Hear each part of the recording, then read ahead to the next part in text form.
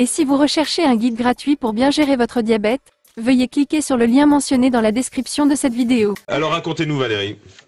Alors voilà, moi je suis diabétique, j'ai pas mal de cholestérol, donc je voulais savoir si je pouvais quand même manger un œuf à la coque au petit déjeuner.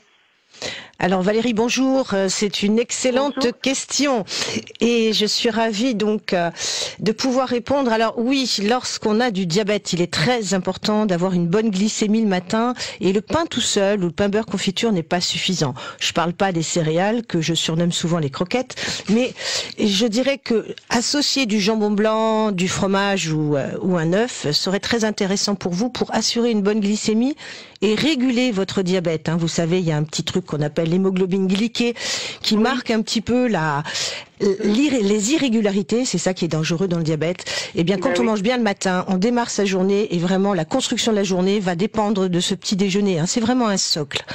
Et donc, dans votre question, il y a l'œuf.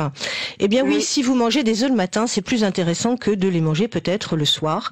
Et je recommande aux gens qui ont du cholestérol de manger plutôt ces aliments un petit peu plus lourds à digérer, plus riches en cholestérol, plutôt le matin. On va dire d'une certaine manière, vous allez les utiliser dans la journée, alors que mis le soir, bon, ça va peut-être alourdir votre dîner, entraîner une digestion difficile. Je n'ai aucun souci depuis 20 ans pour tous les patients qui ont du cholestérol et qui mangent un œuf le matin. Rassurez-vous, voilà, au bout de quelques jours, on a envie aussi de changer, on peut. Mais j'ai des patients qui mangent un œuf tous les matins et qui sont ravis. Mais c'est vrai qu'il y a des idées reçues dès qu'on met le mot cholestérol, qu'on parle des œufs, on se dit oulala, non, surtout pas.